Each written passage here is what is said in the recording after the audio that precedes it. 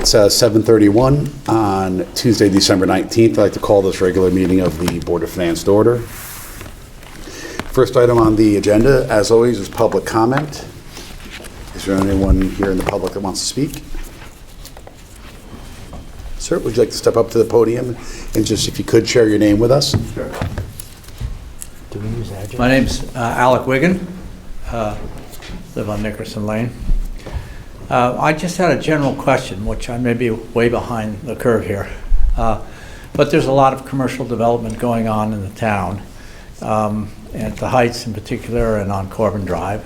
And I'm just curious about the assessment of that property and what it does to the tax base and how it perhaps shifts the tax base slightly from folks with houses to entities with commercial interests, and kind of looking at it that way. And I guess in part it comes from, I anticipate that town will get more crowded, and I'm not here to complain about that at all, but it would sort of soothe me slightly as I'm waiting and going through town if I was thinking, you know what, all this development is keeping my taxes at bay. So you can see where I'm coming from, and that's my general inquiry. So thank you. Okay. Well, we usually don't answer questions, but I can say, you know, we did give, I did give a presentation at the State of the Town on Monday, and it talked a lot about sort of what's happening to the grand list, including the revaluation, and also talked about and mentioned that because of the three big properties, we'll see approximately $150 million increase in the grand list in each of like last year, this year, and the next year as they all sort of phased in. And so if you want to think about that as a total of $450 million across the grand list, that prior to the revaluation was about $8.5 billion. So it will help to sort of widen the base that the taxes are amortized over. But commercial real estate represents sort of a, 5 to 6% of our overall grand list. So it's still not a material piece of it. Okay. Well, thank you. And happy to follow up if you have other questions as well. Thank you. Okay. Any other public comment? Okay. So the first item, we have three transfers on the agenda tonight. The first is to discuss and possibly take action on a request to transfer certain of our unexpended balances in the ARPA fund back to ARPA contingency. Right. What we're looking at is closing out a total of $95,811.61.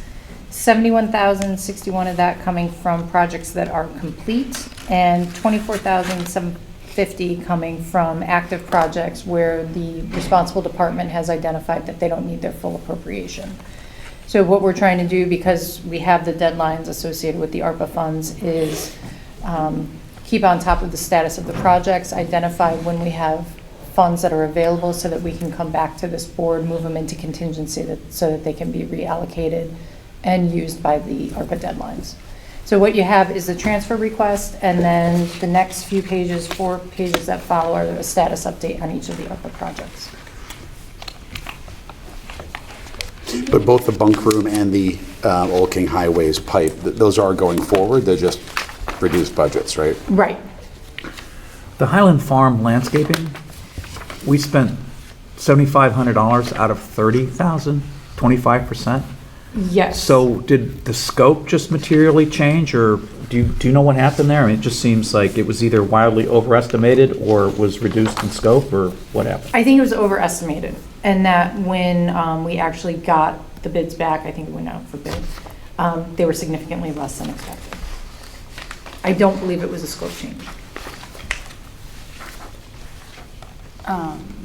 I see on the bottom of page, well, I guess it's page 1, under the summary, that you have listed the PD locker room on there. Can you explain again the relationship between? So that's on there because the status review was done right around the same time that the PD locker room was coming to you. So at your November meeting, we had $168,000 in the ARPA contingency, and you approved that to go, to fund half of the PD locker room Okay, project. yeah. I thought So that effectively brought our contingency down to 0.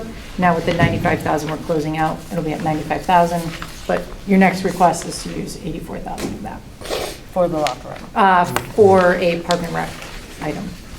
And why is the PD locker room, if that's one of the projects being funded by the ARPA funds, or not listed on the, I mean, that's completed? Because at the time Active. this was put together, you had not approved it. Oh, okay. This was put together November 16th, and I think you met November 21st. So it's just a timing issue that it's not on there. But in the financial report, PD locker room is on there, and I think they had 0 expenses as of the date that I ran it, which was last week. So net our contingency will end tonight, like in the $8,000-9,000 range? Around 10.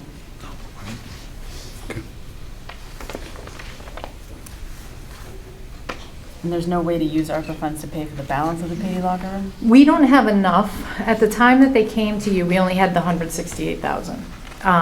So we decided to split it between Board of Finance Reserve and ARPA. Then as we close these out, now we have 95,000. We could put 95,000 towards that, but then we still have a portion that's going to be through the regular capital. So instead, when Pam was looking for additional funds for an ARPA project, we said we have enough to cover that and we can keep that project fully in ARPA. So we thought that was a better use of the contingency than just another piece of the PD locker room. So Jen, from a strategy standpoint, what we're going to be looking to do here is as we develop contingencies, reallocate them either to another project which we started, another project that's going, or something new that popped up, just so we can kind of keep the balance. Right, we want to Near keep the zero. contingency balance as close to 0 as possible so we can keep those projects moving and meet the ARPA deadlines. And preferably, they want to be projects that are going to be done as soon as possible, because the appropriation deadline is the end of this year, right?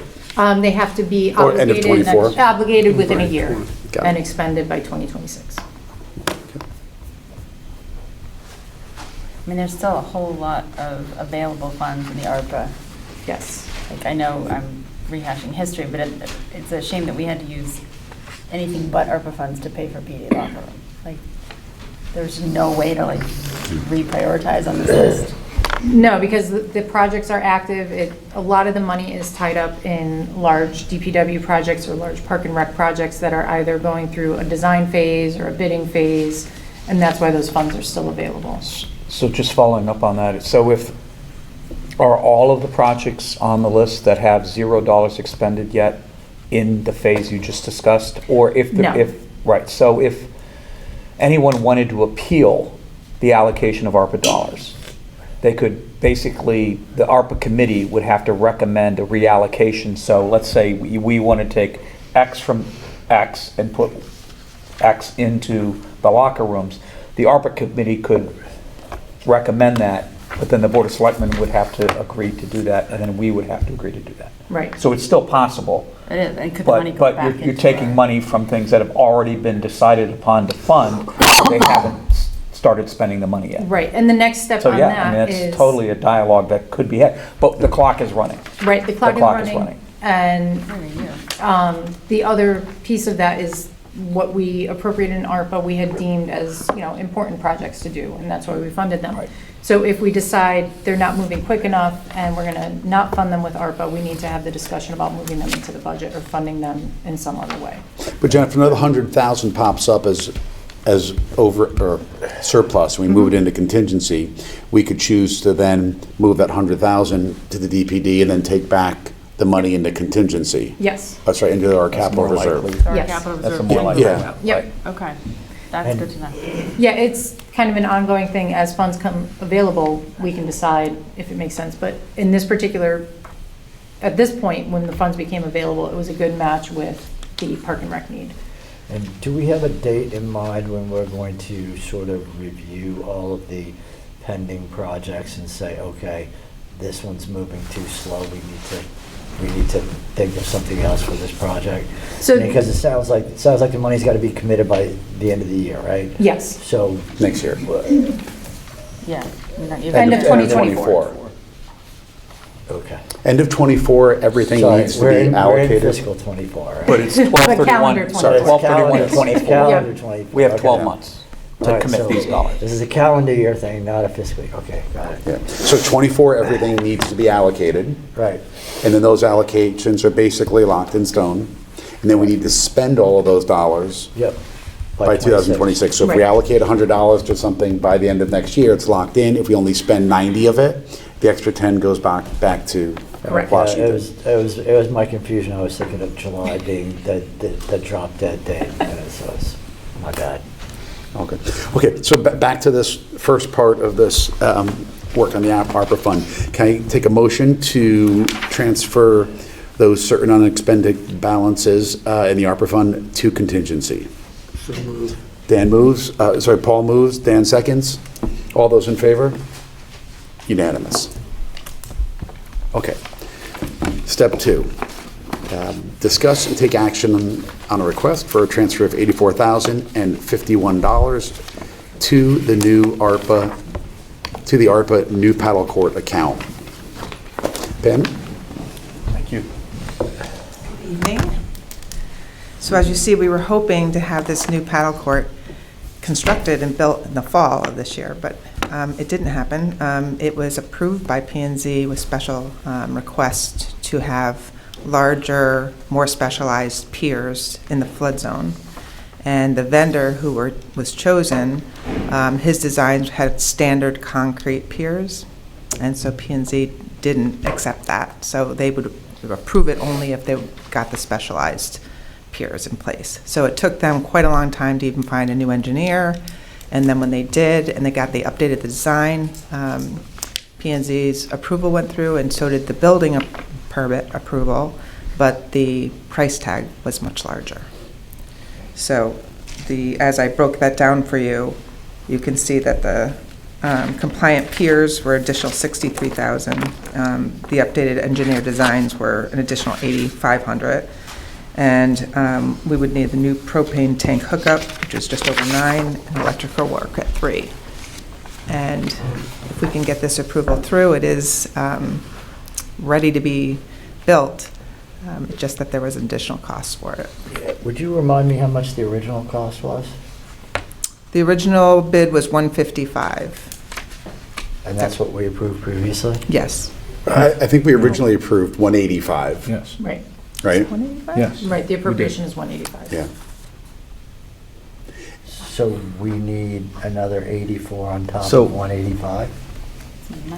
So I'm confused by the 185. No, so I thought it was 155. at last night's meeting, right, the total cost is 213, I think is the number you said. 133, It got a little muddy because I thought it was 155 that we originally put in for the bid, and the bid came in at 133. right, and now you need another 84.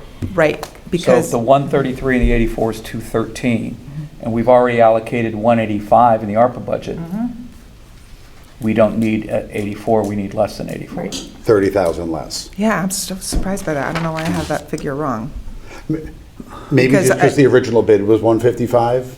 That's kind of what No, we the got original thinking. bid was 133 from this vendor. Oh, They came in under budget, so I'm a little confused about that, but they came in under budget, and so we knew as a department that when they came under budget, we were excited about that because we knew we were gonna have miscellaneous work to be done that the vendor didn't do, like hooking up the propane and hooking up electric and looking at emergency entrance to get back in that corridor. So we were like, well, this is great, it came under budget, we have enough out of this ARPA funding to do the rest of the work. Then when they came back with this additional funding, then we thought, well, now we don't have that buffer of that, 133 versus 155, but now I'd need to go back. So I can provide some clarification. Your original allocation was 155, and at some point along the way, I don't have the exact date, we put in another $30,000 into the paddle court to bring it up to 185. Okay, Right. see, I don't recall that, so. So I guess what I'm a little confused at is where do we get these estimates? And is there any way we could have anticipated the modifications that P and Z was going to require because we knew this was in a flood zone. I was So is there any way we could, instead of front load some of this work so that when we have an estimate for a project, it's got all the information that's available rather than just some of the information that's available? Is that possible? I'm a little unclear with that because we put the bid out and apparently this vendor has done coastal work with courts with standard concrete piers. So that's what was in his quote. And it was brought to P&Z. P&Z approved it based on better specialized piers in the, so we didn't see it coming.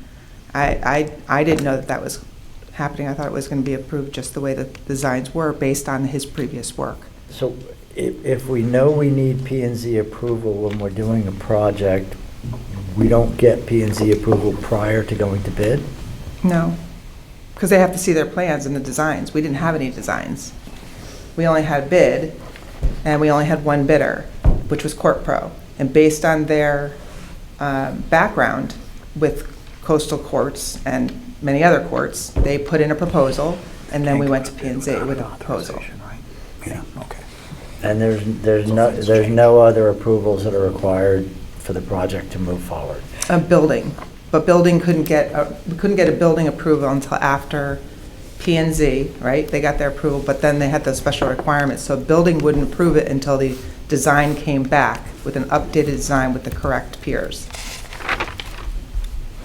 So it sounds like we need 32,000 and change. Is that accurate?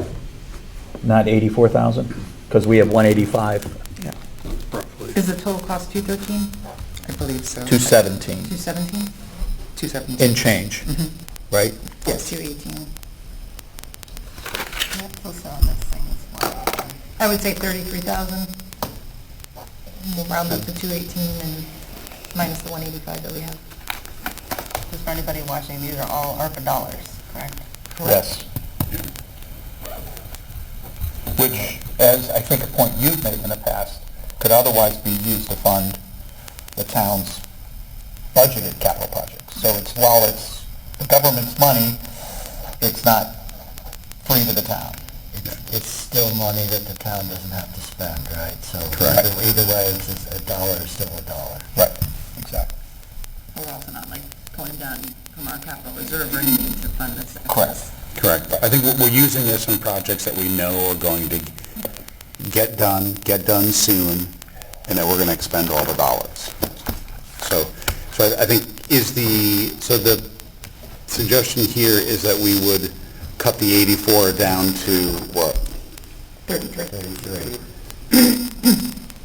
So we're reducing it by 33 or reducing it to 33? 233. So it would be a transfer of $33,000 from contingency to the paddle court, Okay. which will bring them up to 218 total for a budget. Okay. Are you comfortable with this? Yes, I am. Okay. And you comfortable that 33 is enough, given that we're going to go to contract? Are these all firm prices in terms Yes. of the additional piers and so forth? Yes. Okay. Is it guaranteed? Well, I was asked that question last night with Board of Selectmen about, because our 5 courts that we have there now, they've been standing there since 1975, and they don't have specialized piers, and they're in good condition. So it's just that they're new standards and requirements that now in flood zones they require. I meant So the they- But the price is Oh, the price, guaranteed. yeah, no, it's Price is guaranteed. fixed. Yeah, No matter fixed. what, Yeah. no matter what the guy runs into, Yes. that's the number. Not are the paddle courts locked in? We assume they're not moving. Well, I was asked last night whether we Yeah. would have to change the piers of our current ones. And the maybe answer just was no. for the public, this is going to be all the way at the far end, right? Yes. So it's, In between the tennis courts and the current paddle courts, we are fitting one in between there. got it. And this was a P and Z requirement or recommendation? Requirement. Okay. Okay, any other questions? Okay, so I will, I'll modify this and accept a motion from someone to request for a transfer of $33,000 to the ARPA new paddle court account from contingency. Rob moves. Paul seconds. All those in favor? Thanks. Pam, thanks. Great, thank you. Okay. I'm staying right here for the next one.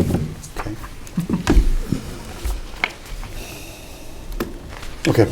Last transfer is to discuss and take action on a request to transfer $11,000 to Parks overtime.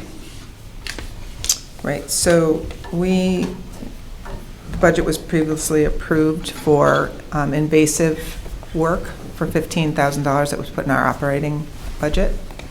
And having sat down with our park crew and our park supervisor, they all have skill set to and the equipment to remove these invasives in our parks. So it just made sense to pay them. They do a lot of the work during their workday when they can, and then they've been doing some significant work on the weekends where we've been paying them overtime. So I simply want to take that $11,000 we have left from our invasives, which is in a different account, and move it over to put it into the overtime so we can get the rest of the work done. I think, have we transferred stuff before? I think you've built stuff into the budget before to deal with the invasives, right? Yes. Do you have an idea, just sort of directionally, like what we've spent in terms of the work that you all have done down at Weed Beach? I think in Cherry Lawn, those are the two primary spots. Right, so right now, before I had requested to transfer this money, that's when Jen said, instead of doing individual requests, we should really take a look at it as a whole and how much the guys will be able to use with that money. So right now, they've spent about $5,000. For the amount of work they've done, that's incredible. They have done substantial invasive removal at Cherry Lawn and at Weed Beach, where they've opened up acres of land. And so now we just kind of looked at it and said, okay, if we have a mild winter and we can get more work done, like the guys worked all day Saturday at Weed Beach, you know, how much would that accumulate to? And it could turn out that we get a ton of snow and they can't do any more work. But for now, we're hoping that if we do have some mild Saturdays, that we'll be using that $11,000. So are you know, this is really for the overtime, and $5,000 is not a lot for, I mean, I've looked at all the work, but so you're using sort of open hours to do this, but sometimes it just kind of spills into overtime? Right. The work they can do, if they get the regular daily day work done, and they can squeeze in some time to do invasives, they will during the week. But when we know that we're going to have a good, clear day like we did Saturday, they put in a good amount of work in overtime. And they're happy, they're willing to do the work, which is great. We put in money, invested money in the town for new pieces of equipment for this type of work, and so we're using that equipment. So it just seems a hand in hand that would go together. Okay. Any questions? Okay.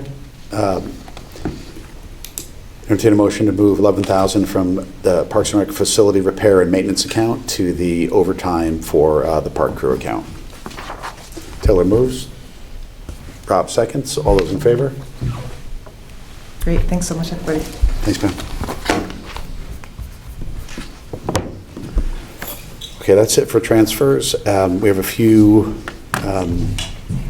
other items. The first is to discuss and take action on a request to approve a bonding, and I guess an appropriation authorization for $1,126,385 for the replacement of the Noroton Heights Department engine number 32.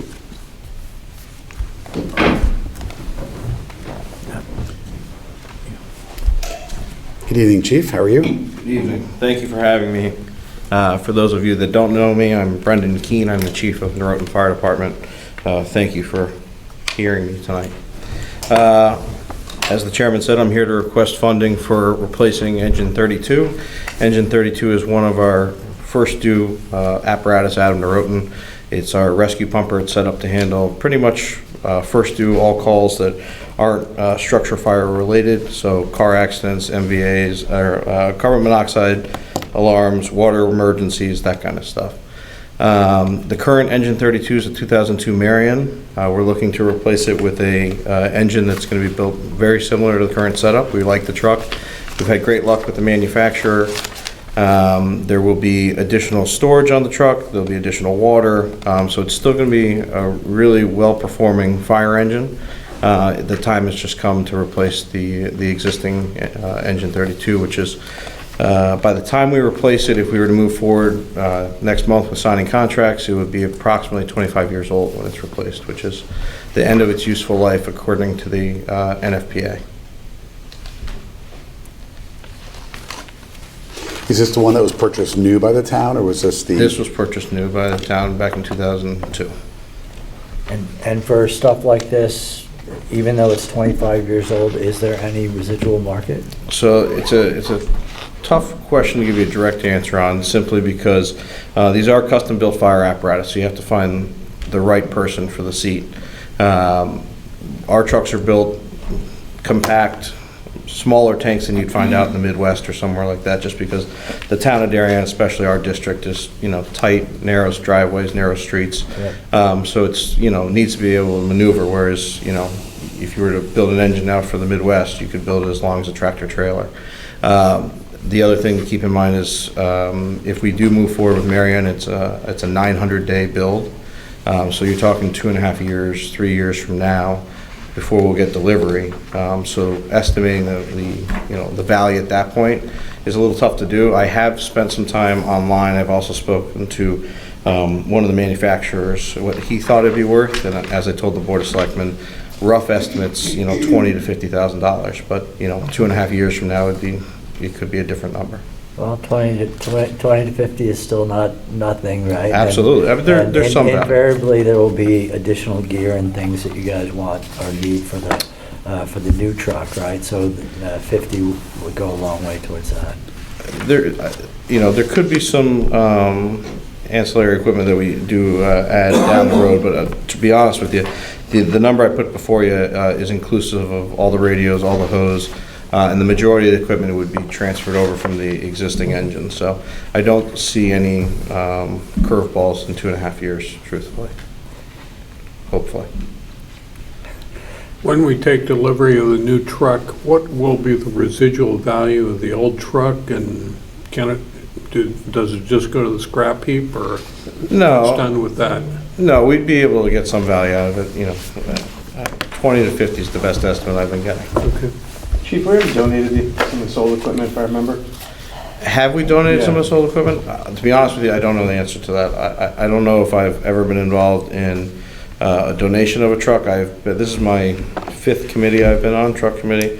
The last one that I was on was replacement of our ladder truck, and that vehicle was sold to Nassau County. So I'm not familiar with apparatus being donated, but it would not surprise me. There are, you can ship them to other parts of the world that would absolutely, put them to work for a long time.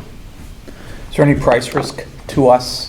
No, so there is if we don't sign by the end of January. Marion, this is our 4th apparatus with Marion. It's the 10th one for the town of Darien. We have a really good relationship with the company itself. The owner's been to our firehouse, first name basis.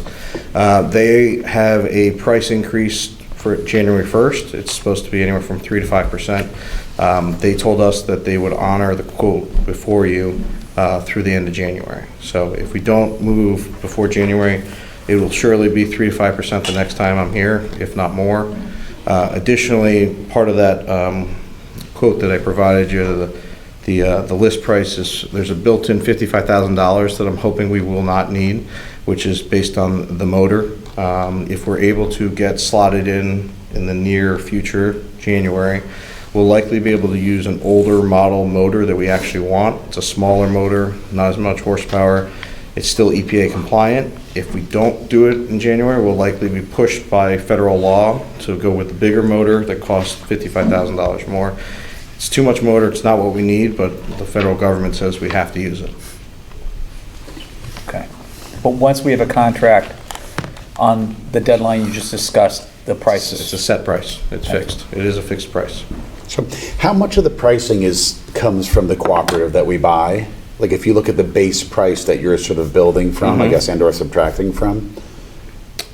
So your question is, how much of the price that I gave you is based on the customization, or, I'm sorry, I didn't really follow the question. Yeah, the base pricing, right? Like I think like the co-op has Correct. certain pricing for engine, for chassis, and other Correct. parts as you kind of build it. How much of it was sort of met the standard build that's Yeah. part of that co-op versus alterations that we had to make either due to size or? Sure. So Marion's actually, they build custom trucks only. They don't really build, like, you can't go get, I'm gonna go buy a four-door. So for what they did for the co-op is they put in a bunch of just generic pricing for a four-door with a four-door fire engine with a 500-gallon pump and a 1,500-gallon pump and 500-gallon tank. To be honest with you, I don't know the answer of, what the upcharges were here, there, or anywhere. The trucks we've always built in town have always been custom because of the unique nature of the town of Darien, as far as height restrictions, small turning radius and stuff like that. I could find out that answer for you. Okay. This might be a stupid question, but because it's listed here, it says the total price excluding all federal and state taxes. We don't have to pay any federal or state taxes on this. do we? Right. And have you, I don't know if you'd be involved in it, but I know that we were shocked by the price of this going up as much as it did. Have you guys gone through the exercise of updating all of the pricing for the trucks that are still to be replaced? Yes. As far as on the replacement schedule, yes, the version I gave Jen this year through the Fire Commission, I'm the secretary of the Fire Commission as well. I updated all the future pricing for the next 25 to 30 years with some scary numbers, unfortunately. And is it being revisited annually? Annually, we revisit it. So right now, all the manufacturers, and we spoke to several throughout this process. We didn't just hone in on one to start.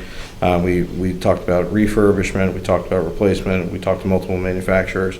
They're all saying the same thing. It's right now, the industry is 3 to 5% quarterly, 10 to 20 annually, but they hope that things are going to return to more of a normal increase as supply chain improves and things like that. But right now, I have pretty much everything estimated at these higher rates. And Brendan, in terms of Yes, like sir. the approval from the fire department side, is this approved by the sort of the executive committee of Noroton Fire Department, or does the fire commission itself, which is compiled of all three, also weigh in on these decisions? So, as chief of the department, I brought it to the membership to say I wanted to pursue a new engine.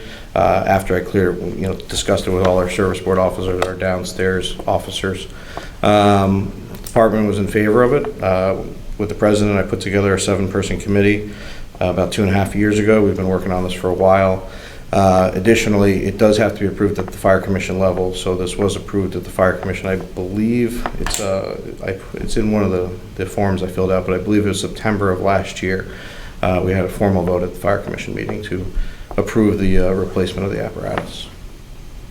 So is it the fire commission that oversees the collective apparatus that we have across the 3 departments and decides where Correct. So redundancies could exist? The fire commission's job is to, work with the town to help identify the schedule that we're looking to replace the trucks on. Engines are typically replaced every 20 years. We're obviously pushing past 20 years at this point. But we do try our best to give you, a fair representation of what we're expecting, especially in, the next couple of years, but down the road as well. A question for Jen. If we get the $55,000 reduction because of the engine, but we're appropriating the full amount, what happens to can we build in a recovery of that appropriation? So it would This is analogous to the Great Island thing, but I'm trying to figure out if there's a mechanism that allows us to get the bonds, that works for the bond council, but. So it would come in on a revenue side as another revenue for the project or for the purchase. And so we would issue that much less in bonds. With fire trucks, we have the luxury of, we don't have to issue the bonds. They're small enough dollars that we can cover the costs out of the general fund until they're done and we know the final cost. And at which point we'll also know the final resale value of the old one. And we'll just issue as bonds the difference between the actual cost minus the resale. So, and then that delta would be, did you say revenue? The resale would come in as revenue to us, yeah.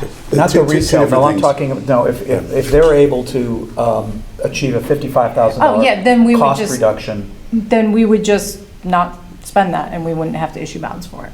And then we would come back to you when everything was all said and done to rescind the remaining $55,000 Thank you. appropriation. That's So what I was the looking for. appropriation remains outstanding for an extra 50,000, but Until we we're done. control the bonding, so we would just bond for 50,000 less, and at the same time, I think we would then cancel any remaining Yes. appropriation. That's- Does the Board of Finance rescind that incremental appropriation? Does that require the Board of It only Selectmen? requires the Board of Finance. So we can rescind any appropriation or any appropriation tied to bonding? To bonding. And the difference in the 126 versus the Issuance 122 costs. issuance costs? Yep. Okay. Okay. Any other questions for Brendan? Chief Keen? Sorry. Okay, thank you very much. Thank you.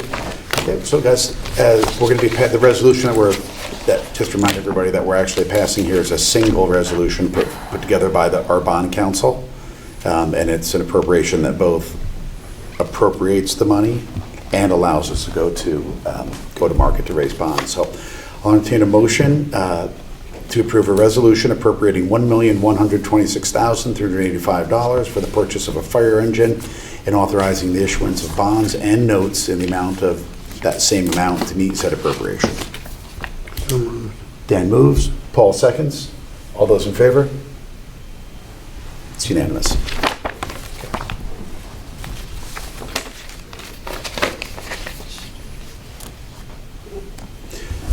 Okay, the next item is to discuss the HHR project funding needs. Chris Price and Joe McCann are here. I took the liberty, just given that they had discussed this significantly last week, and again, at the Board of Selectmen meeting last night, I told Chris and Jill that we didn't necessarily need to bring all the staff and advisors and so forth to travel in and kind of pay for their meeting time tonight, so I'm not sure, hopefully everyone got a chance to maybe listen to the short the discussion last night.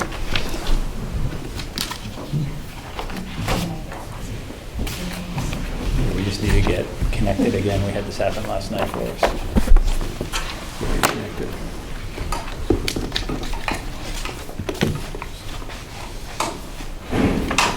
Yes.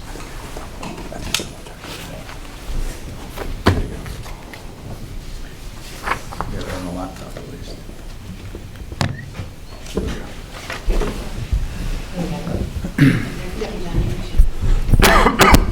All right, thank you again for seeing us this evening. Just real quickly, so that folks know, we have a couple members of our committee here with us.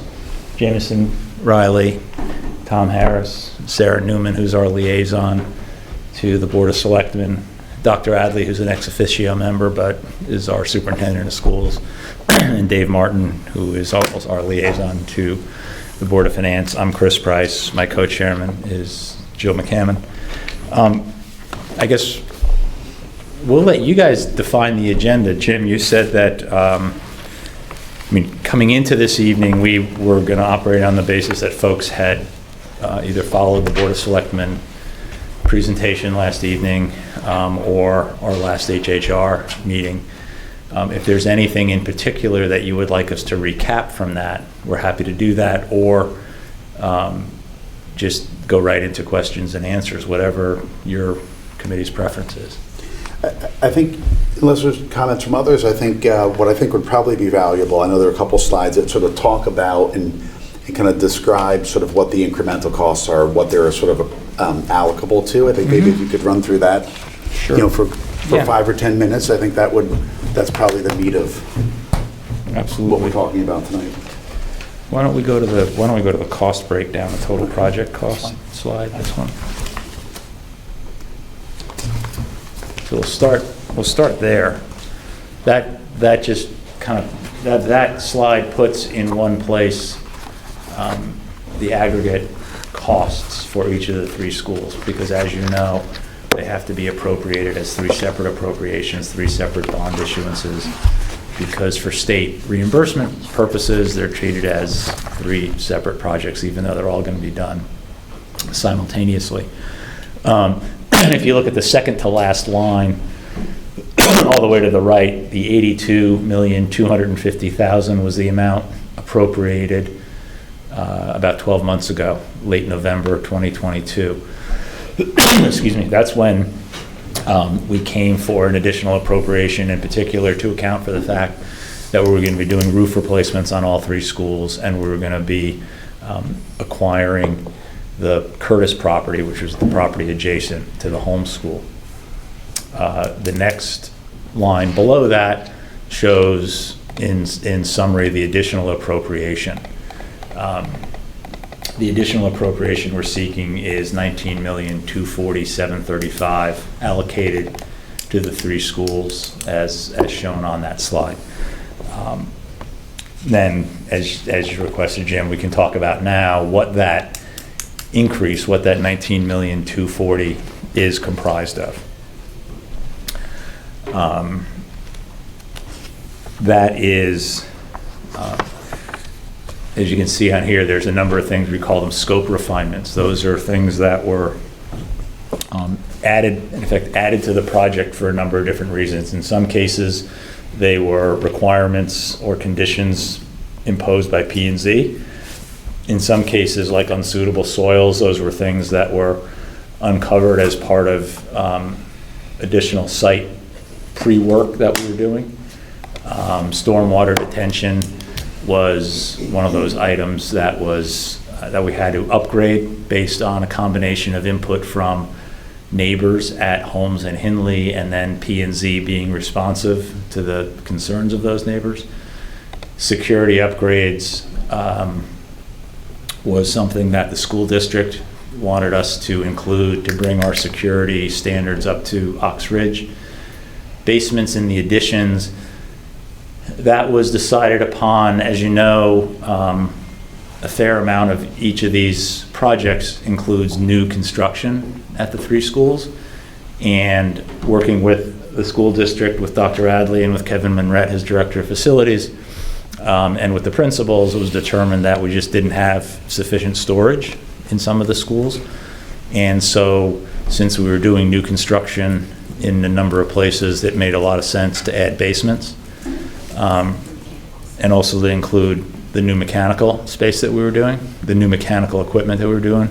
As you guys know, a large proportion of this project is mechanical, electrical, and plumbing upgrades, HVAC in particular.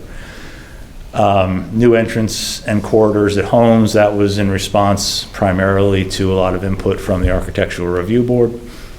The roof equipment screens, as you know, we're replacing all the roofs, and we're going to put a substantial amount of HVAC equipment on the roofs. And P&Z requirement was to screen that equipment. Dan? I was just going to say, before you move to the next slide, if you were wrapping up on the slide. About to, yeah. Define unsuitable soils for the public. Everyone so that likes people that one. aren't alarmed by Correct. the word unsuitable. A very, very small proportion of that is what you would consider contaminated soil. That's actually going to be dug up and removed off-site. Going to be carted off by a licensed environmental contractor, taken off-site. I think in the aggregate it was like 400 cubic yards across the 3 schools. Unsuitable soils, essentially what that is soil that was primarily made up of fill from prior renovations at the school, where they did prior renovations when there was excavation at the school. Excavated materials were put back in the ground, covered over, became playground, blacktop, fields, etc. Since we're doing a significant amount of new construction, we had to test the soils to be able to determine that the soils were suitable to hold the new construction. And that fill, a lot of that fill is going to just be moved to other places. A lot of that soil is going to be moved to other places on the campus. It's not contaminated. But it just is not suitable to put new construction on top of. Thank you.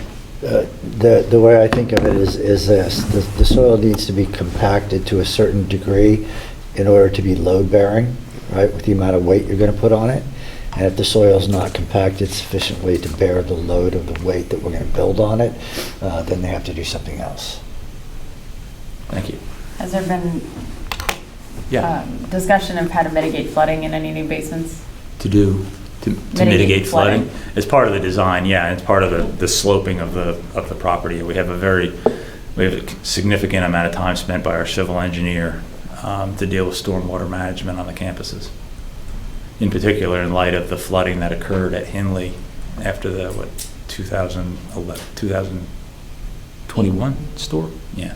Each of the campuses will have a large retention basin for stormwater that will be new to the campus. It's in part in response because we have to do some additional stormwater detention because of the additional square footage, but also because of the nature of where we're building. So each of those campuses gets a new underground container that is to hold water temporarily and then slowly release back out into the stormwater. The gravel, system. partly in the groundwater, partly in the stormwater system. And as far as just scope refinements go, I remember I did listen to your meeting from last night, and you discussed like bathrooms. Bathrooms are not being renovated. Correct. That is a future project potentially. What else is a future project, and how big is that? It's ballpark 35 million, but that could vary depending on exactly, but it's windows, it's some of the hallways, it's the classrooms. We are ending up touching all of the classrooms because we are going to go in and in order to get the HVAC, but it's would be actually painting them, putting in new flooring, putting new furniture in all the classrooms. The only classrooms that are getting new furniture are those that are newly constructed. Jill, outside of those classrooms where you have to access the ceiling and you're replacing those, what percentage are you not otherwise touching in terms of painting, changing, or so forth in some of the different schools? Classroom by classroom, I don't know. It's a 70% renovation on the whole building. And at the end of the day, every classroom will be right-sized, and we are going to have the right number of classrooms. So every classroom will meet the state's minimum square footage and will be comparable to Oxbridge. We are also adding in resource rooms, so we will have a comparable number of resource rooms based on the proportion of the population to Oxbridge. So you're going to have a similar layout in terms of what we are offering to students and staff in terms of room utilization. But I don't know the number off the top of my head. It also varies school by school. So for example, our architect last night mentioned that more classroom right sizing is occurring at Royal because they have a higher percentage of smaller rooms. And that right sizing essentially is taking walls down, moving walls, and reconfiguring the schools. That's less of an issue at both Holmes and Hindley. So it varies a little bit. There's not one single number. We pull up Eric's memo. I have So that what as is well. it that we're not painting? Well, we're going into every classroom for HVAC, but if we're going into a classroom and staying the same size, then we're not painting it. We're not painting all the hallways. We're not reflooring everything. We're not replacing windows in all cases. We're not renovating bathrooms. Those are the primary things that we're not. Here you go, Joe, if you wanted it. But in terms of things like HVAC, will virtually, for instance, will each classroom Yes. have its own central air as opposed to Yes. the machines? And will The be individually window units? controlled by the teacher. Yes. And there was a comment made last night where you want to make sure that there's consistency for student experience. So if you're in a renovated room and you're in an unrenovated room, there can't be too much of a delta. Is that a fair observation? Do I have that right? Yeah, I mean, I think in terms of technology, in terms of room size, in terms of air conditioning, things like that, yes. And also in terms of the special rooms and the common areas, resource rooms and things like that, those will be utilized by the entire student body. But there will be some rooms that don't get the level Of finish. redo, right? So there will be some classrooms where the student experience won't be exactly the same. I think Dr. Adley noted he might want to talk to the student experience point a little bit. The equity or parent. This is a big issue, we ought to bring it to you guys. Those kids that are in school, those kids.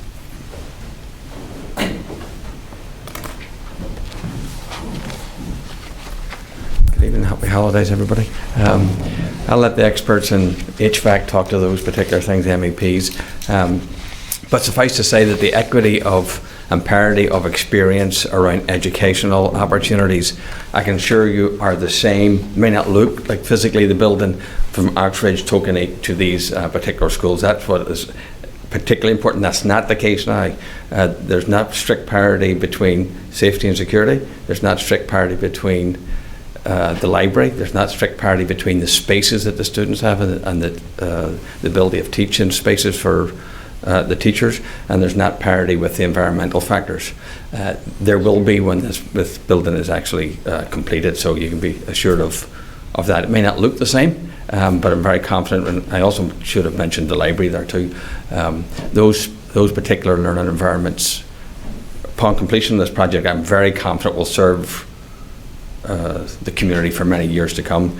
Also, just enrollment-wise, when we did the ed specs, the enrollment was projected through 31, 32. Once we just did the enrollment this past fall, just recently with SLAM, they actually played out just we were slightly lower. So those factors are still in place and it's still going to be accommodating. So I'm very excited about the project. I want to commend, I'm not here to commend them, but I am going to commend the leadership of the committee. And I'm very confident that the actual learning experience for our youngest children will be the same across the schools. I'll just say my own personal preference of this, or my own perspective on it. I think the schools have a strong infrastructure to them, particularly outside of them. I like the idea of the continuation of the neighbourhood schools type thing. I think that's important. I will say that our community, both our school community and our greater community, parent community, have pivoted a couple of times here of getting ready for school, because with this timeline, that's caused us, we were in a whole different phase of moving around. I had to move back again. I would encourage us to go forward with a long discussion about the three simultaneously. It's time to upgrade these schools together, and that was the decision that was made, so that different members of the community and groups are not going to be lagging way behind. I don't even want to look ahead to the other secondary schools. If we don't do some of these, the timeline is just going to be incrementally encroaching upon what we can do later on. But I'm very confident in the programme that it will be of an equitable and palatable experience for all the kids. And I think the discussion I heard last night and last week was generally that these improvements, we think, give us 20 years worth of runway in Correct. terms of these three facilities. Yep. But when do we need to spend the other 35 on bathrooms? More than bathrooms, but there's different options. That wasn't the scope of this committee, to be fair. So, I would say we'd have to probably consult to give you a real appropriate answer. We'd have to talk. I would say, yes, at some point in the next 25 years, you'll be looking at bringing some of the rest up to speed. There may be different ways to go about it. You may not have to you could do some painting. You can do a furniture replacement cycle for some of the furniture.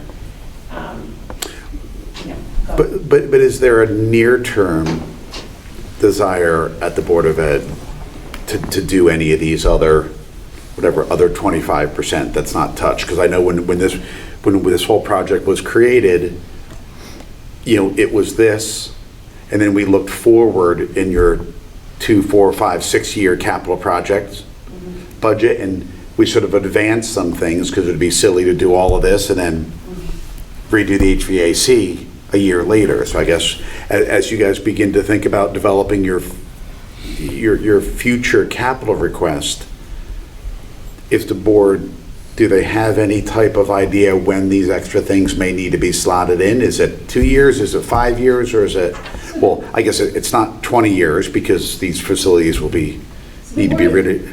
You can speak to this too, Ellen, but the Board of Ed's plan is next to take a look at the middle school, but also we're going to run another master plan, kind of taking a look at the facilities and what we need to do next. So in the next couple of years, I could come back to you with a more precise answer. We could add it to the end of this project if that was really the desire. But the Board of Ed has not taken a look or opined on whether or not to do that and when to do it. So that is the most concise answer I can give you.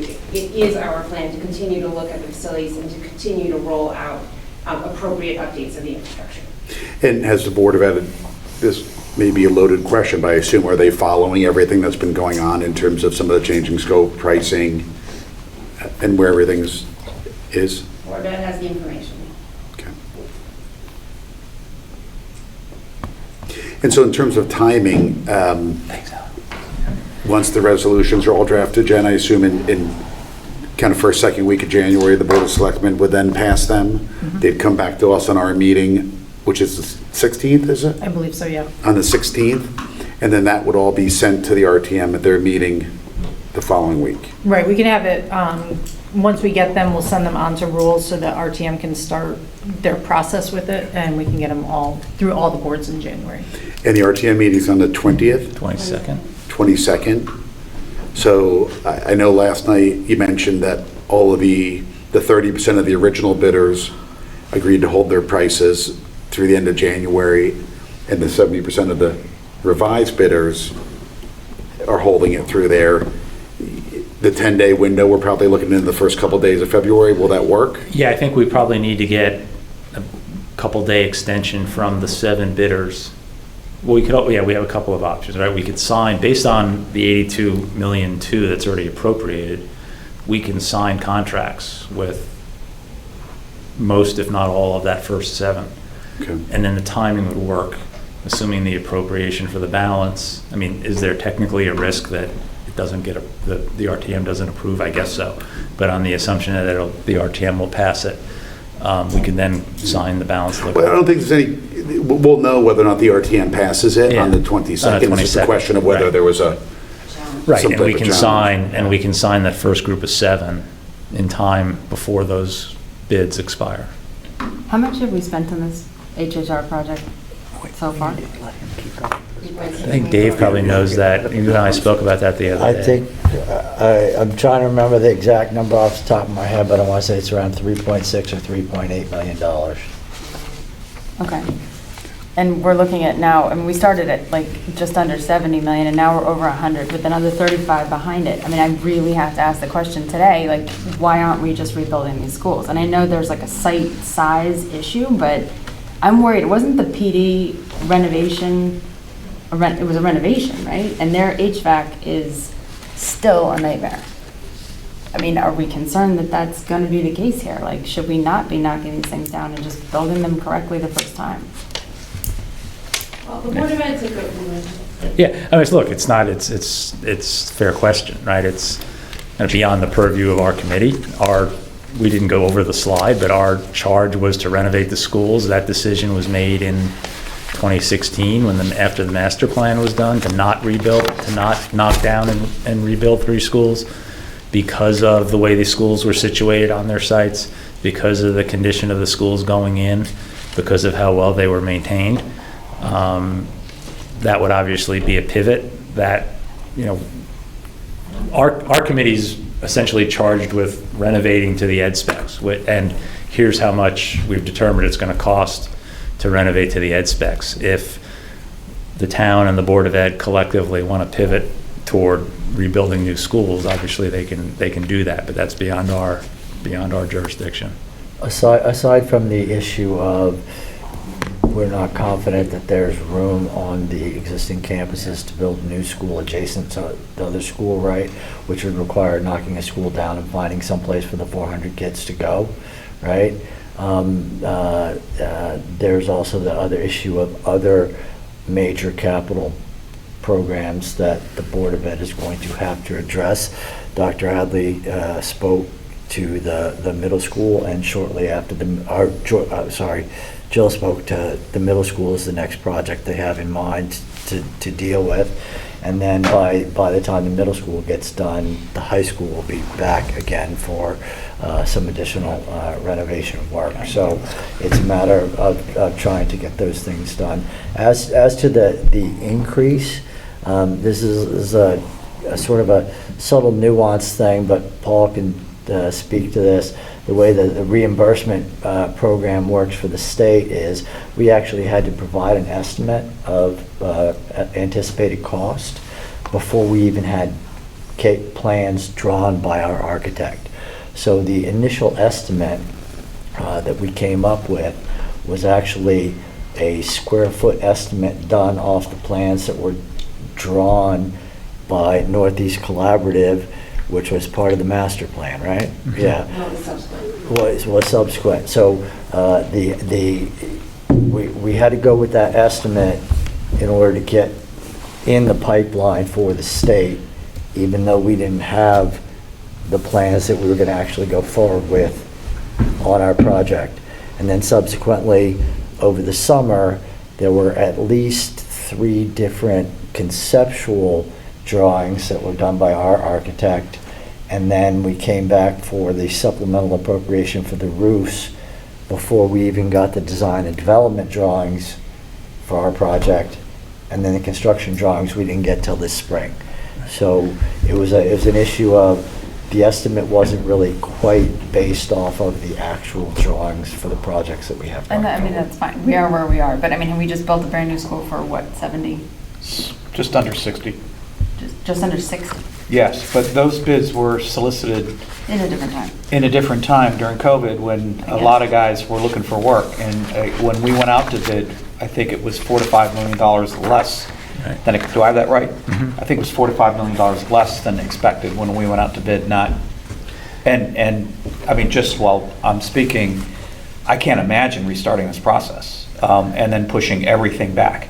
And then the community, those families that are looking forward to having their kids in these elementary schools will be faced with having their kids in the secondary schools and having this time go by. So that's just Yeah, I mean, I think as you get, I think it's overly simplistic to say we built, $101 million to renovate 3 schools, $220 to build 3 new schools, right? I mean, Dave touched on some of the things.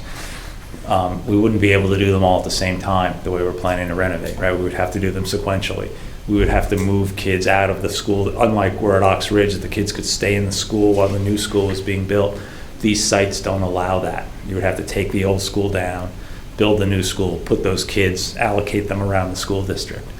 The kids would be on the schools that weren't under construction. They'd still be in portables for what could be another 6 or 7 years, which was one of the key drivers of the renovation to begin with. They would be in unair conditioned portables, unair conditioned schools.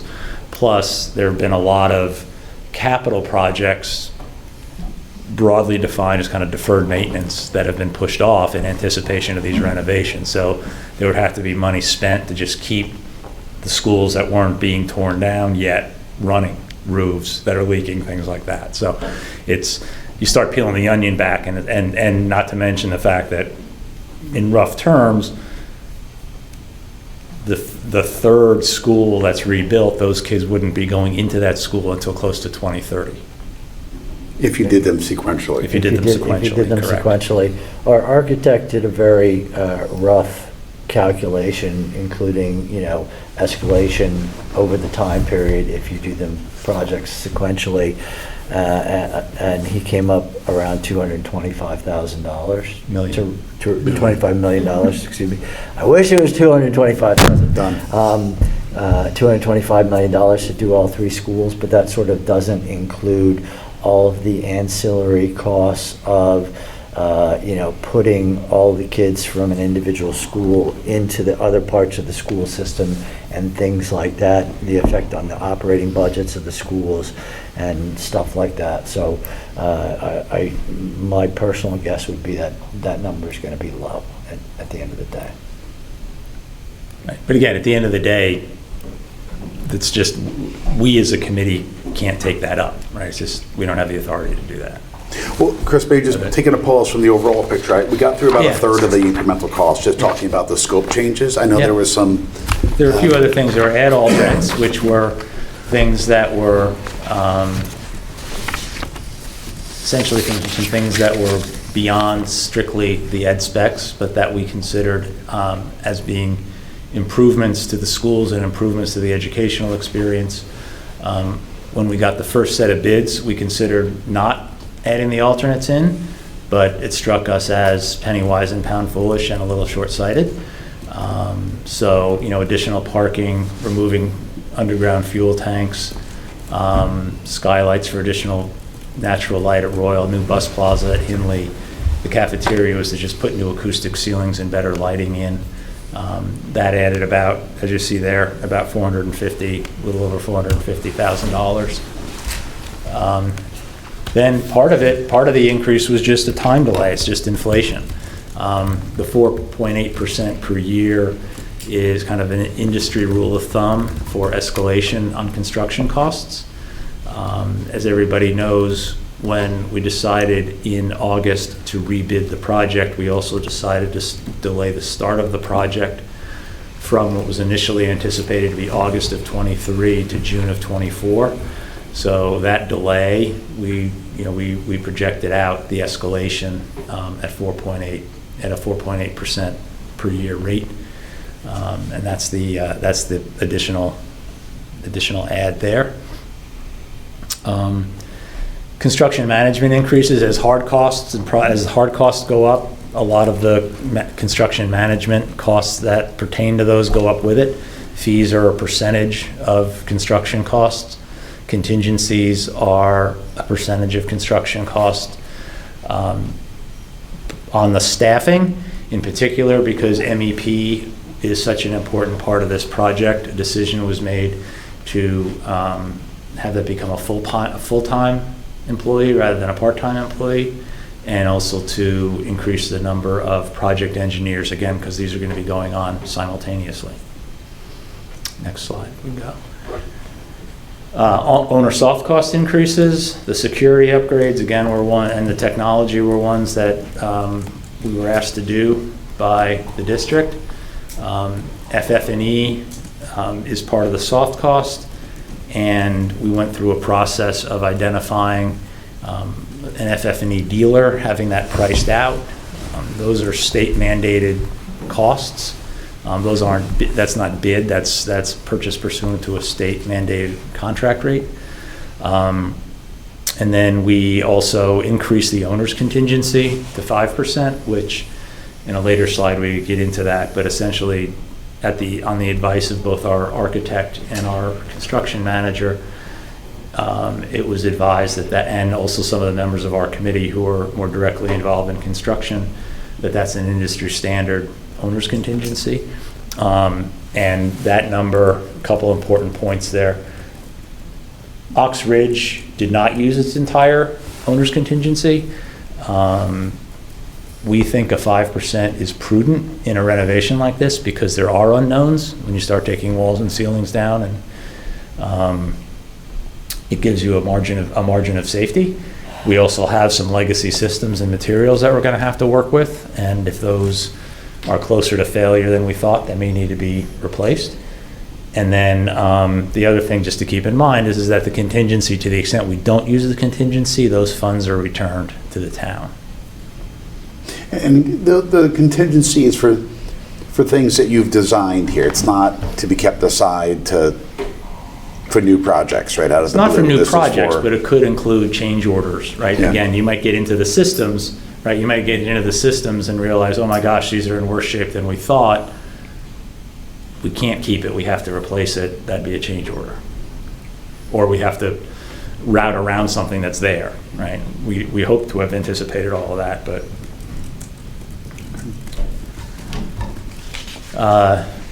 market conditions, this is the one that I described last evening as the difficult to quantify, as to why we're asking for more money, as to why ultimately we think that our bids were higher than the estimates that were done by our construction managers prior to going out for bid. Dan mentioned a couple of these when comparing it to the Ox Ridge project. Contractors are busy. Last summer in particular, when we went out to bid, they had a full plate full of work. They didn't really need to bid on our projects. We had better bidder participation when we rebid in the fall. We did save about 2% over where we had been in the summer. But between supply chains and a lot of work underway, there was less participation than we ultimately had hoped, less participation than there was in Ox Ridge. There was a very, very concerted contractor outreach effort by our construction managers. They had gotten promises from a number of contractors that they were going to bid. Not some of those contractors ended up not bidding when all was said and done. But the market conditions that we saw, the bidder participation that we saw, the variance over estimates that we saw, we have been advised, again, by our professionals, are consistent with what they've been seeing in other similar school and public-private projects like this. Doesn't this add up to more than the increase? Say again? There's an increase of 19 million, right? Overall, yeah. But this adds up to more than that. Each of those variances? I think the 7 was a total contingency, right? Within the whole project, right? Yeah. That wasn't incremental. I think is that the... So in terms of timing, right? So if this were to be approved by everybody in January, how does the staging work in terms of starting and finishing as we think about sort of funding and bonding? I think the plan would be to start construction immediately upon the end of the school year in June. Where the original plan was to have everything done and the kids moving into the fully renovated schools for school year 2025. I think maybe, but it probably gets pushed by 6 months. May get pushed into second semester or into the spring of 2026. So you do most of the work this coming summer? Well, a lot of work is done during the summer and during the breaks, but a lot of the work is going to be done during the school year while the kids are in school. And we had done pretty extensive presentations to the teachers, the principals, and the PTOs at each of the schools in the summer, really in the summer before we decided to delay the project, where we went through in pretty great detail how the work was going to be phased, how things were going to be moved around, how we were going to keep the kids safe, how construction entrances were going to be set up. And so the idea is that they can work around the kids, much like they did in Oxford. So. Okay. Except that they'll actively be in the buildings where kids are. They're not going to work on a classroom where a kid is, but there is a very elaborate plan in place to move kids and use any sort of swing spaces we can so that we can get into classrooms.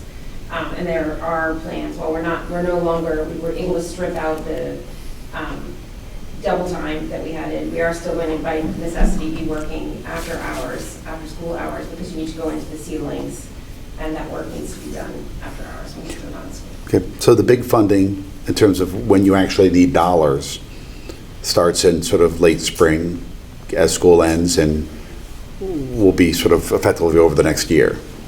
Right. Yes. Chris and Joe, Yeah. and the committee, thank you for all your efforts. Can I ask, I'd like to see a couple things before I'm comfortable with the new numbers here. So first thing would be, so we talked about 70% of the schools is going to get done. Can we get a list of what's not getting done? So we're kind of like throwing out there bathroom, some floors that you talked about. So what's not getting done? The other thing that's it might be a little bit more of a challenge, but I'd really like to see it, like I said, once again, for like a comfort factor for me is, I went back and I looked, and a year ago, we were talking about a $68 million number, right? And then June became a $77 million number. Now it's an $82 million number. Now it's a $102 million number. So I'd like to see a bridge, not from 82 to 102, but 68 to 102, because my concern is that's a 50% increase, right? I know this is X here, but something, I usually have a thing of like, something doesn't, like this, it has to smell right, right? Like it has to feel right. 68 to 102 to me it feels funky, if that's the word I want to use, but if you can provide a bridge, and I think it's a dollar thing, and it's also a, some plans may have changed. It's a bunch of things that could have happened, but in my mind, and I went back and looked at some articles and some stuff we have from some of our board meetings, and it like 66, 67, 68 was a number that was in my head, so I was a little taken back when I saw 102. So if you can just construct like a bridge for me, that I think would be great for the board, and also that piece of what's not getting done. And I'd love to see that if possible by like, I know it's holidays and whatnot, but like 8, 9, 10 of January, because You have a high level on what's not getting done in one of the documents you received. Yeah, there's a memo you should have gotten from our architect. So take a look at that, please, Robin. If Okay. there's additional information you want, we'll get it to you. okay. But in terms of the whole range, we can do that. I appreciate that. Actual project scope and dollars. Yeah, I think it would be helpful. I think. And again, part of helpful. that Dave Martin addressed, right? The 68 was artificially low because the 68 was somewhat back of the napkin because we needed a number to go to the state. To go to the state for to get reimbursement. to get So into their filing in The June. plans 20. that was drawn off of were the plans that Northeast Collaborative had done originally, and the estimates that were done there were done as square foot calculations, not, detailed, type of estimates. Right, so it was a more traditional thing, and I think I'd have to go back and look, but I'm pretty sure that the square footage of the Northeast plans was smaller than the plans that we currently have. Definitely true for homes. Definitely true for homes, because we moved the music wing to the other side of the building, yeah. Right. So- And some of that's also easily quantifiable, right? Like the additional appropriation last fall for the roofs in Curtis, right? Those, Yeah. we know that was the roofs and Curtis, right? Or even the 68 that Dave's talked about, that's just a number in itself, right? Meaning, if we kind of went out to the state just to kind of start the process and get this going, there's clearly, there's an X amount there and it should have been Y. That's a bridge, that's a difference right there that goes on to the analysis in my mind. Okay. I can definitely get the numbers for when we came to you for the initial appropriation and for the roofs. If there was a dollar estimate prior to that, I'm not sure. We'll have to try to figure out how to get that. Yeah. And then there was the reestimate in the spring of '23, which was then the estimate But that we used to take our bid that's for kind of bids. apples and oranges, because the estimate in the spring of '23 was based off our final construction docs, Correct. which is, Right, so that included things like the ad alternates, the scope refinements, et cetera. That included all the stuff we're talking about here this evening. I do think it's important, Rob will do the work. I think it's important to understand, not only has the design changed significantly, but a lot of when we're talking about scope refinements, that's what happens as your design moves through the process. So, and your town approvals move through the process, and Chris touched on this. So again, if we look at that, stormwater detention started out as potentially a pond. And we decided that for educational reasons, for safety reasons, for Neighbor relations. relations. for aesthetics, that we didn't want to choose the cheapest option. We actually wanted to do an underground detention basin. and at both Hindley and Holmes, those detentions were significantly upsized from the initial design, Yes. partly in response to neighbor relations issues. Yes, and larger concerns in the area, about flooding that the neighbors were experiencing. Again, that roof equipment screens, that has to do with the requirements coming out of P&Z when they took a look at the HVAC equipment. They said in order to meet P&Z requirements, you're going to have to screen it. I think when you think about basements, that's an important place where you see sort of a renovation in action and the design of a renovation in action, because when we actually took as much of the space as we could on the classroom floors for resource rooms, for right-sized classrooms, and looked at the building the way it already was, there already was too much stuff in the corridors. Not surprising, schools always struggle with storage because there's just a lot of stuff for the young kids. But we stripped out a lot of the available space to use for classrooms. And so then we had the need to relocate that, plus all the need to do mechanicals and put mechanicals somewhere. So it makes sense to create a basement because you've got both needs. But these are a lot of things that are coming from renovation. Storage for classroom materials is not a need identified in the specs. But when you go out and clean out your classrooms and you have the opportunity to create a basement, it would be silly to ignore it as a factor. So that's some of what you see going on. Again, to your point, we'll do our best to create a straight line. Sure. The only thing I would say is that you can look trade by trade, and that's fairly easy to start to define. We look at the cost estimate, but you have to know the thinking behind it and why it moved. Right. that we'll have to talk. And yeah, I mean, I don't want to underestimate the impact of that category that we call the, hard to quantify. Sure. Right? I mean, that's, some of that we were frankly taken by surprise, as were our construction managers, right? Is there a current estimate of state reimbursement on this? If any? The way the state reimbursement works is they have a fixed number. It's in the 20% range. It is like 20.4% or something like that, but it's 20.4% of what they deem to be eligible costs, all right? And I'll give you just a loose example. If we have to go into a ceiling and replace some of the ceiling tiles in order to run the HVAC in, the replacing the tiles that had to be removed specifically for the HVAC, those would probably be deemed as eligible costs, but the other tiles in the room would not be considered eligible costs. But if you put, 10 new tiles in a room with tiles that are 25 years old, that's not something that we're gonna do. So, but they're replacing the rest of the tiles would not be considered eligible for reimbursement. So the question that you really want the answer to is, what's the effective reimbursement rate? And I can't give you that. I think you want to talk about the state process, though, where we are in the... Yeah, where we are in the state process is that the design plans have been approved. The 82-250 appropriation has been submitted to the state and approved for reimbursement of eligible costs by the state. This past fall, we submitted a modification to our state submission, which had a few design changes to it, change of the schedule, and the only thing that is still pending, the only last piece to get our amended submission completed is the approved increased appropriation. We told them that there was going to be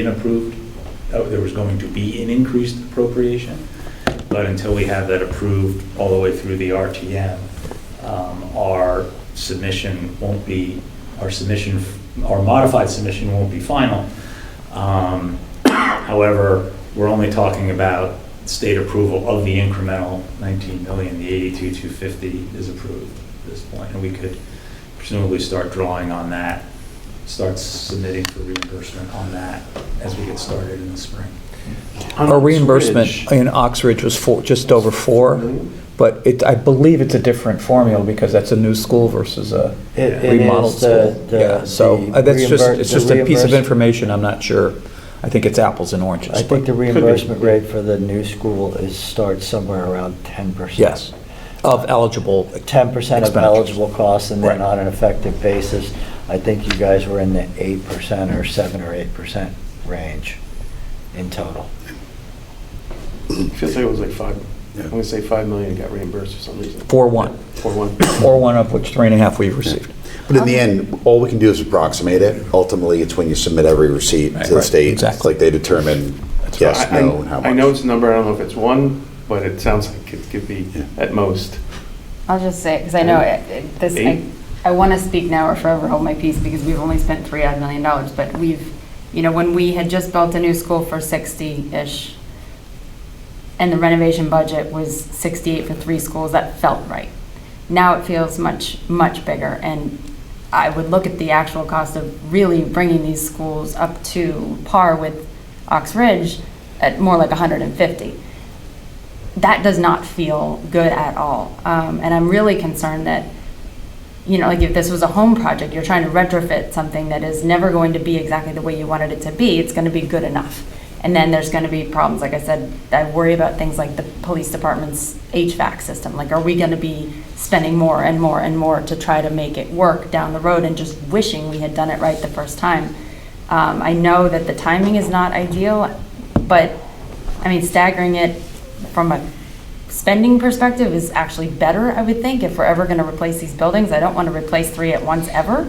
So we would have to probably stagger it. I know that it puts people out for a bit longer, but it's not convenient, but we need to do it right. Like, I would hate to see us spend this much money and then think we all regretted it in some way. And I just beg at this point, if it's possible, to just revisit the discussion before we move forward. Well, I guess, let me make a suggestion. I think, the building committee, Chris and Jill and the team sitting here are kind of charged with building what they were told to build by the Board of Ed and Board of Selectmen, right? I think, Jill, to the extent your board has any different views, I think they would need to kind of bring that forward, but it's not necessarily, I think that's where, I think that decision ultimately has to get made, right? Back to the Board of Ed. It is, and I know, like, granted, Jill is the chair of the Board of Ed, but I think that would need to come that way in terms of what they're doing. And listen, I applaud you guys on the work that you've done. I applaud you on sort of the pause when bids weren't exactly in the quantum that we thought, and you went back out. And I think the way that every time something has kind of come up, I've never heard the word value engineering. You're doing kind of what needs to get done and advance certain things that need to get done. So I think I absolutely applaud the way that you guys have gone through this, the transparency, the amount of time you all have put into it. I think this question is more geared towards whether the Board of Ed's view has changed at all. Yeah, I mean, essentially, I think we stopped, right? If that's what you want, if that's what the town, broadly defined, wants to have happen, our committee stops, right? That's not in our purview. Board of Ed could commission more detailed studies if they wanted to, subject to Board of Selectmen approval and Board of Finance Appropriation, to study more deeply 3 new schools and price out 3 new schools. But essentially, we stop at this point if that's the decision, to say, no, we're not going to approve the incremental appropriation. Obviously, you're entitled to do that, but that's a hard stop for us. I get it. And I don't mean to inconvenience anyone, but I'd much rather inconvenience it than spend $150 million on something that isn't right. So, just to be clear, the architect who built the master plan, who originally recommended that we keep the 3 buildings because of the quality of the buildings, because of the quality of the maintenance, because of the appropriateness of the timeline, continues to recommend that this be the process that we follow. It is the same architect that we're using for this project. It's not a different architect from Oxford, but it is the same architect who wrote the master plan. It is still that firm's recommendation, and I personally believe that it behooves all of us to follow the recommendations of the experts in the room versus the opinion. And the Board of Ed would need something concrete to contemplate an actual commitment from the Board of Finance that they actually want to finance 3 different schools at a potentially elevated rate. We need to actually see that. We need to hear from the town that there is an interest in that level of burden on the structure of the infrastructure of the schools, of the town. We also would need to understand that there is a desire for everybody to take on the deferred maintenance. You'd see us pivot and have to extensively update our capital plan right now. So if you truly are saying that you would like, and we probably need to talk to potentially you'd maybe want us to hire a different set of experts to cross-check what's already happened. There's not really something for us to contemplate at this stage, in my opinion, other than the price tag is certainly higher.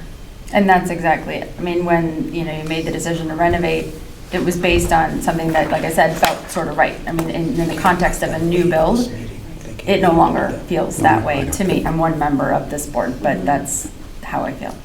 Well, yes, I think this was a very helpful update. I think any change to it has to come from the Board of Ed, right? We're sort of approving the projects that are put in front of us. We can either approve or unapprove, but a change to it has to be Board of Ed driven. I think. But to be clear, I know, I'm speaking for me, and I'm interested in the rest of the board. I'm supportive of this proposal because while it's not ideal and the costs have gone up, I think you guys have done a terrific job of not only managing the process to make sure that what we deliver the community is up to the standards the community expects and deserves. It's done at the optimal cost possible. And you've also done a remarkable job of explaining it to the community and to this board and to the Board of Selectmen through tonight's presentations and in the handful of presentations we've had before. So I want to go on record and I being supportive, and I hope that we see an authorization a month from now, which I'll vote for, assuming it's consistent with tonight's presentation.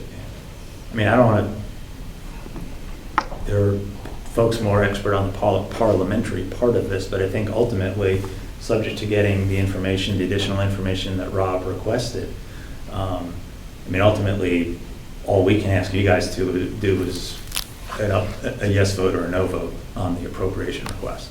Yeah, and that's ultimately what we do. It's not a vote to go back and restudy. It's a vote, it's a yes or no. But there was a sense, Yeah. but last night, didn't, the There was a first straw selectman poll call done us? by board, yeah, the Board of Yeah. Selectmen were unanimously in favor on a So straw I'm poll. not sure if that's what basis. you want to do tonight, but, or I know it was just to discuss, but Yeah.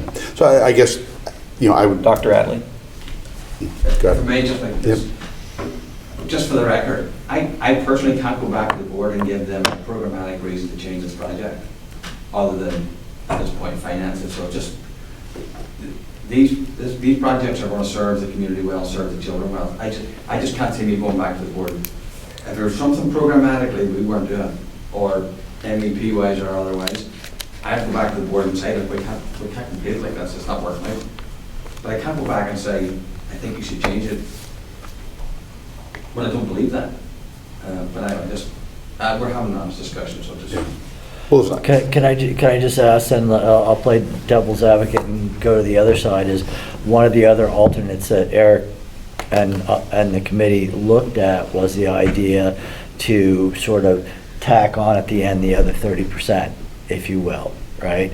Which was, in addition to bathrooms, it was bathroom ceilings, lighting, Furniture. hallways, gymnasiums, all the other spaces that aren't currently Windows. being touched. Do you think there's a programmatic reason to do that now? Or it's just a matter of we want to have, 100% done? Okay. Or to bring it forward, To if bring it it- ultimately to needs bring to it get done forward. 5 years from now. Like, is there, From bathrooms, people like nice bathrooms, right? The bathrooms are functional, or more than functional at this point. Certainly, people would like nice new bathrooms potentially, but I just don't think it's necessary at this point. It's not, to fulfill the needs of those educational requirements, I don't think we need to do that. And the windows, if they haven't been replaced, I mean, is that efficient if we're replacing our HVAC, but then they're our heat and AC is leaking out the windows? Like, is that not something we Well, I should have be to, doing? I have to go on the recommendations. That's a question for one of our providers here, because that. Well, Joe, we are in any rooms that are being resized, we're replacing those windows, right? So in 70% of the building, the windows will have been replaced. In all of it, no. well, it's not, I think you guys have done a great job in terms of the project that you've been told to build. I think you've been smart about it. And if this is a project that the town wants to move forward with, I would support funding it.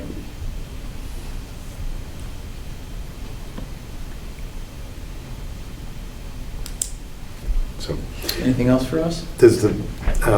we have the option, the Board of Selectmen took a sense of the meeting to see if and they unanimously voted that they would support this project, or the additional appropriation, I should say, for this project. We can do the same. I would move that we take a sense of the board. Okay, is there a second to take a sense of the board? Okay, We have to vote on whether to take a sense of the board. okay. All those in favor of taking a sense of the board? All those in favor of not taking a sense of the board at this moment? Okay, so we will take a sense of the board at this moment. All those in favor of, all those, I should say, who feel inclined to support the appropriation at this moment, the incremental appropriation, say aye. Aye. And those who at this point would not necessarily support the appropriation, the incremental appropriation. I don't think that's fair. I've asked for additional information. I'm not saying yes or no at this point. You can So if there's a NA, that's me right now. Okay. Okay. And I'm those not that- ready yet. I'm not ready yet. And those who would like to abstain. That would be me. Listen, hopefully what you've heard, I think everyone appreciates all the work that you guys have done. I think there's always been unanimous support for the schools and all the capital projects. We've just built another school. We got $100 million here that we're about to approve, and the only questions you're getting are, should something different be done or more be done? I don't think anyone's saying we shouldn't be supporting our schools. So I think if you could get back to us with some of these incremental questions. I think, I'll commit to, if there are additional questions ahead of us getting back together on the 16th, I'll make sure we feed those to you so we're kind of prepared. Great. I will include the timing on all of the additional master planning that we're intending to do, so that you guys have that, the dates on the next set of master plans. Thank Good. you. Thank you, guys. Thanks. Thank you. I know this is like Thank the you. third time you've done this in the past week, so thank you very much. Is that your 5 to 10 minutes of questions? Yeah.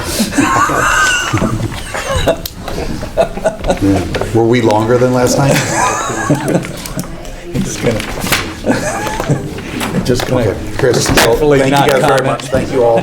Tom, thank you. Sarah, thank you. Okay, the next item is to discuss and take action on request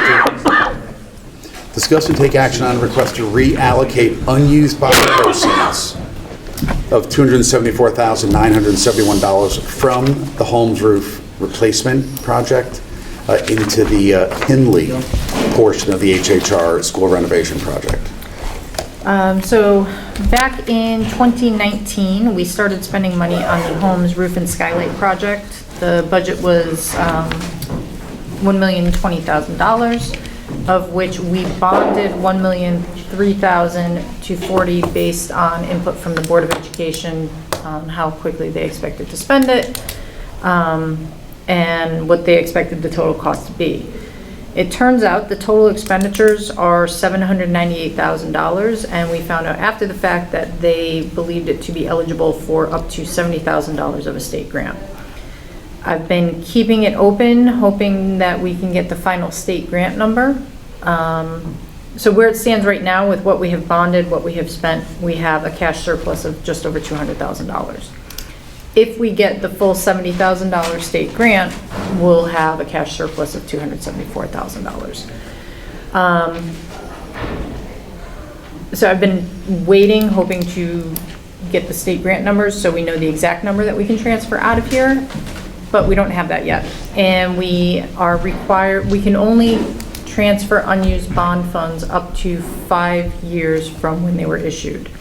And we issued these in April of 2019. So we're coming up on that 5-year mark, and I think we should just assume we're gonna get the full state grant, transfer all of the excess funds out to another school project, and when we do get the actual state grant money, we'll true it up. We'll either transfer, if we're less than 70,000, we'll transfer in from another bond project or make us whole from capital reserve or something like that. But I think we just need to close this one out and move those funds somewhere.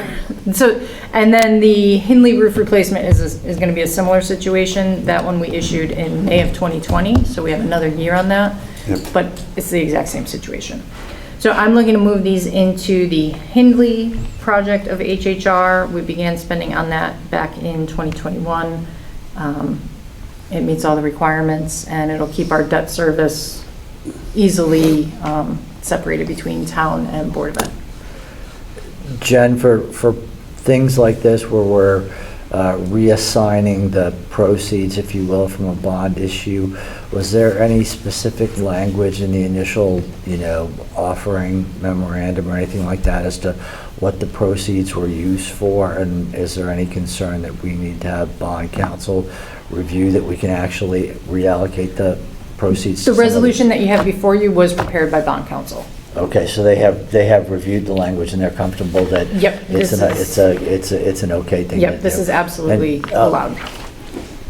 Are there any refundings that we're looking at? Because I was thinking that these bonds have a call on them in early next year.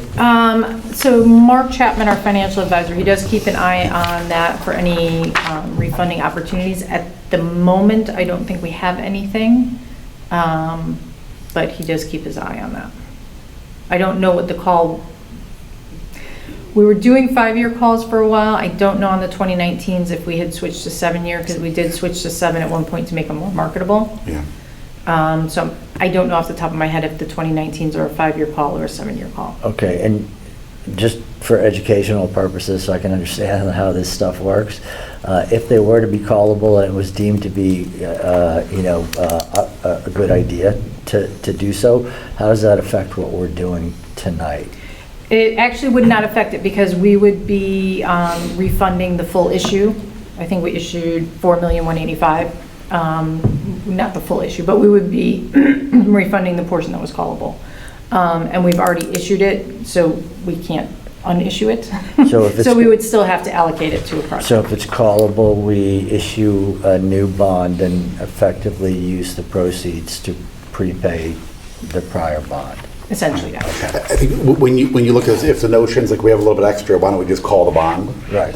If you look at the yields that we were issuing at, in this case, in April of 2019, they were like very attractive, right?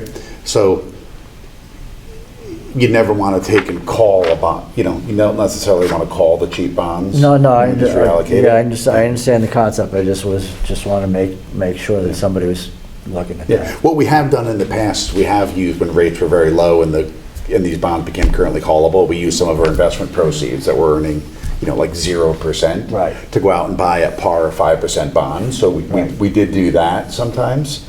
Now that our investments are earning 5%, it's a little harder to Exactly. justify. Yeah, I think all short-term rates right now are above all of our coupons. probably. So, Okay. but it's a good thought.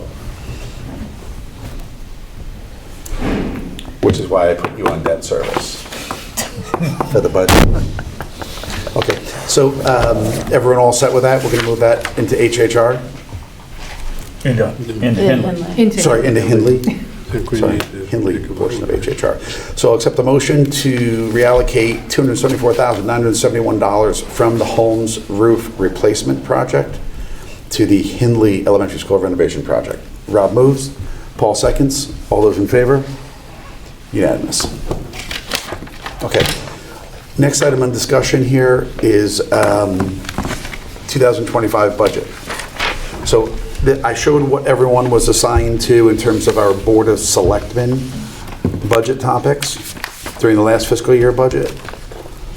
And I simply moved those over so I can kind of entertain if people want to switch. I know we had made sort of a big switch last year in terms of moving people around. I also am recommending a little bit different of an approach on the Board of Education. And what I was going to suggest there, just before we kind of get into who's going to be where, was rather than in the past, there would be sort of 2 or 3 of us focusing on the Board of Education budget as one of our topic areas, like Taylor and I think it was maybe Paul last year. Given that that's like 75% of our overall town budget, what I thought was similar to what we do on the Board of Selectmen side, we would whack up the budget into a handful of different areas, and we could each focus, pairs or trios of us could focus on different pieces of that budget. I broke it up into sort of educational personnel and personnel related expenses, healthcare, taxes, stuff like that. Capital, including capital in the capital budget that the Board of Selectmen gives us, and equipment and leases and so forth, capital that exists in their operating budget. So we'd have that as the second one. And then non-educational services, which would be like energy, technology, mowing the lawn, stuff like that. And then the final one would be grants, revenue, and other. And so I thought, we could probably all continue to do a little bit more work if we divvied it up like this. Well, obviously we all be responsible for voting on the entire budget, but I thought this, I was going to recommend this approach this year. Open to ideas. I like the idea. As long as everyone is on the education budget, Yeah. everyone, I would suggest that everyone is welcome to focus on as much of it, all of it, since it is so large.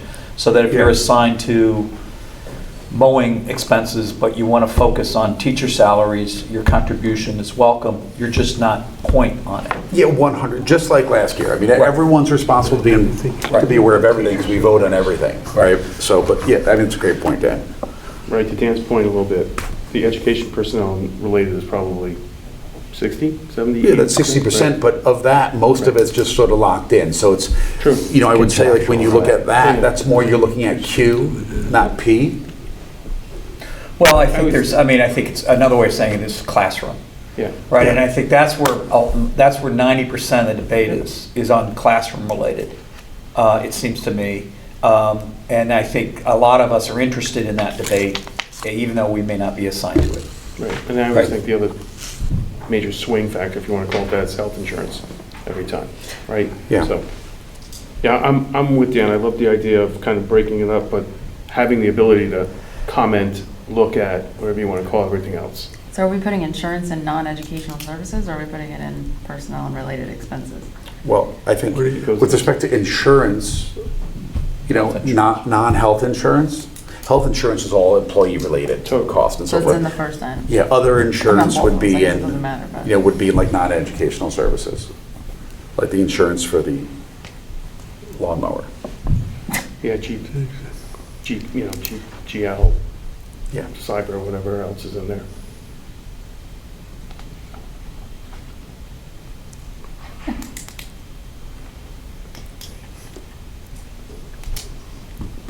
So, you know, a couple other things. You know, what we did last year, if you recall, we took revenue, and Jen, you know, yell at me if I'm wrong, but we took revenue and everybody reviewed the revenue that was sort of alongside of the department whose operating expenses we were reviewing. Right. So if you're reviewing Parks and Rec, then you're looking at all the revenue projections, which ultimately flow into our special revenue fund and so forth, right?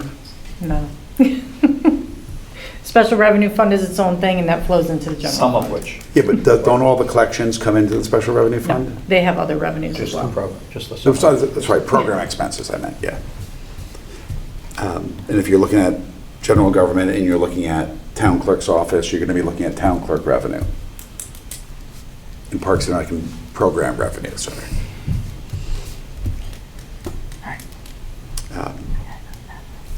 So these are my suggestions. We don't need to, you know, budgets aren't going to come out until sort of first week in January and so forth. If people have interest in moving around or even adding, you know, again, we're all responsible for all parts of all budgets.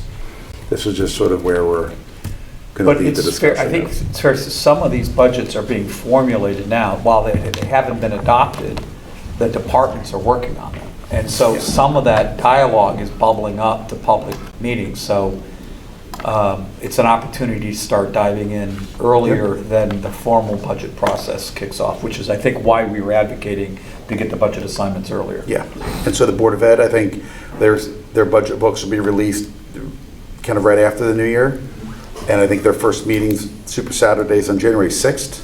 We'll have a presentation of the budget on the 4th, and then this Saturday with the RCs. Okay.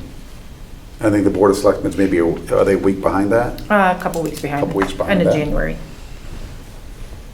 So, Jim, from a philosophical standpoint, I know we moved stuff around last year. we did, yeah. My thought is another year kind of with the same, if you want Yep. to call it that, and maybe then switch next year. Because I think the first year you're just kind of getting used to it, getting a hang of it, whatever word you want to use.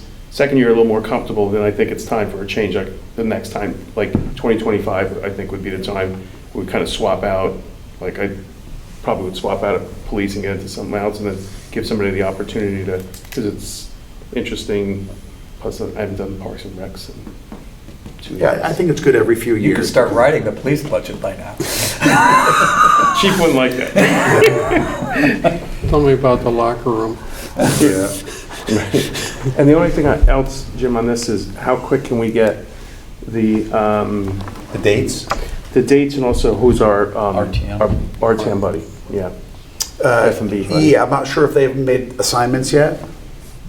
I have no idea. So, but I'll follow up with Jack and Ed and other committee chairs. In fact, what I'll do is, if we're all, I'll give these a few days. I'll talk, wait for, John wasn't able to make it tonight. If we have to make any changes, I'll send these out to Jack. Super. Okay. Well, that's it. Financial report, Jen? Page 1 on the revenue side, property taxes, we have collected 54.32% to date. We're in line with where we've been in prior years, so property taxes are looking good. Investment income through November is at $2 million, which is almost $300,000 better than budget. That's going very well.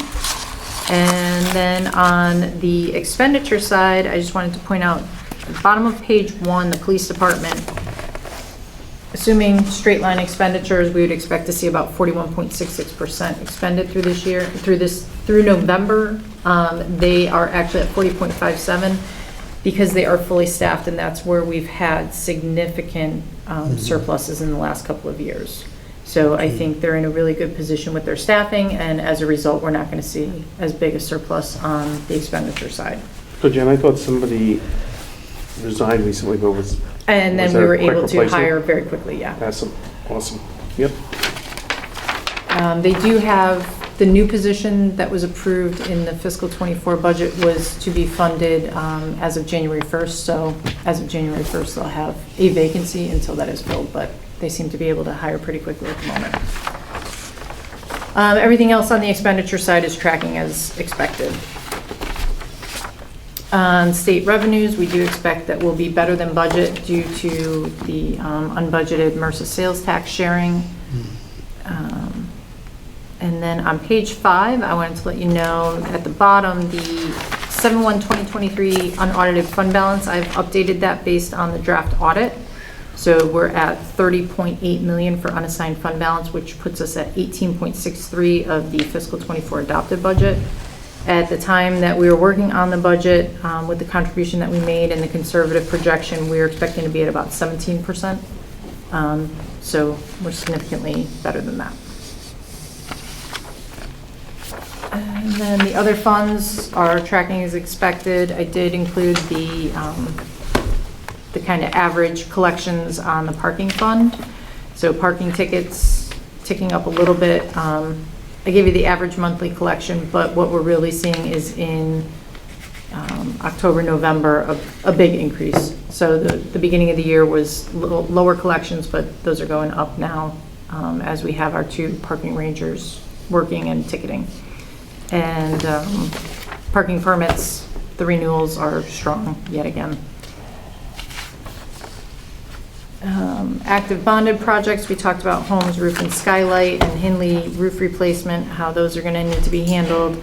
Ox Ridge, at the moment we have quote unquote a cash surplus based on what we've borrowed, but we do continue to get invoices in on that. And as Dan said, we were expecting about 4.1 from the state grants. We've gotten about 3.5 so far. I think we will probably need to transfer out some from Oxbridge. We just don't know how much at the moment.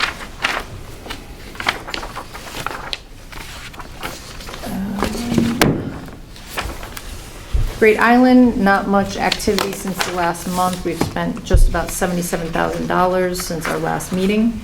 Primarily in legal and in professional services. But next month you will see an increase in those lines as we're getting ready to purchase the traffic circle that the first selectman presented last month.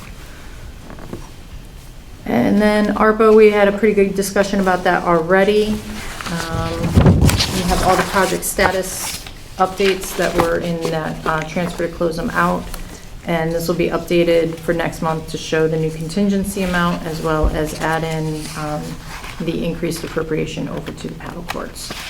But to date we have spent about 1.9 million. We have 1.6 encumbered and requisitioned, which leaves us just under 3 million as still unobligated.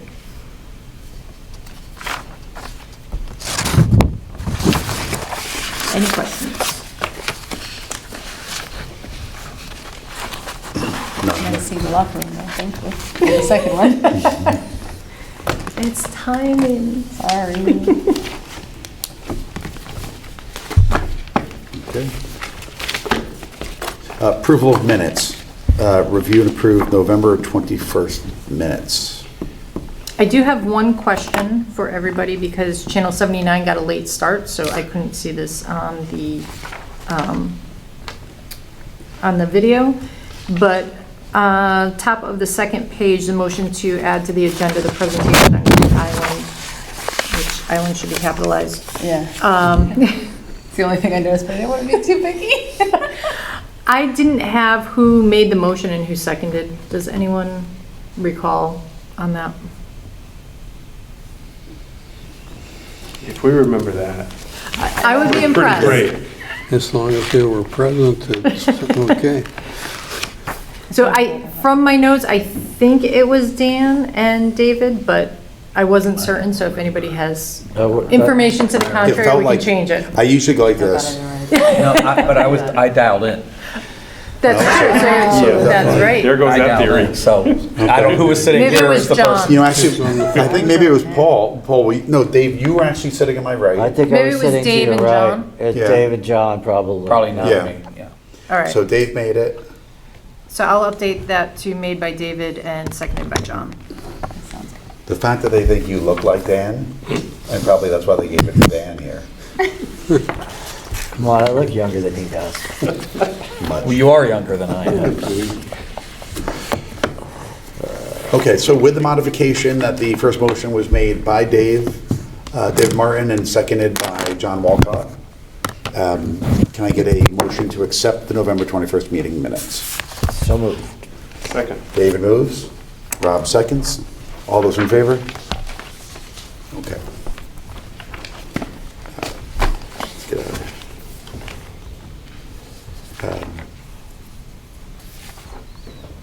Special assignments, we heard a lot on HHR. I don't know, is there anything else really material that anyone has to report here, No. given the hour? Pensions meet in January. Perfect. Okay. Cherubins, I'll be real quick. Can I- Really quick, Sorry? auditor, outdoor yes. report in a month? Or are we looking? We'll have the final, we should have that done by the end of the month. I've reviewed the draft, MD&A is done, it's gone through technical review, so we should be good with filing on time, Awesome. And when do we think we'll file? by December 31st. Perfect. Then we'll have copies And after. then that'll set us up to be able to bond, right? Yep, Perfect. And John had the call that he had to have, and we're good. Yep. yes. Okay, Awesome. thanks, Rob. Good. Thank you. Good point. So Chairman's report, the only thing I would say is we have, the town's going to close on the acquisition of Traffic Circle on Thursday. You know, we've talked about budget, and what I would just say in connection with, you know, the HHR appropriation that'll be in front of us in January on the 16th. If you guys have additional questions and so forth, and if you think about additional things you want them to see or us to kind of pull together as we need to make that decision, let me know. We do have some time, and I'm sure they'll put together whatever we need. Okay. Any new business? I'll accept the motion to adjourn. Dan moves. I got it right. David seconds. All those in favor? We stand adjourned.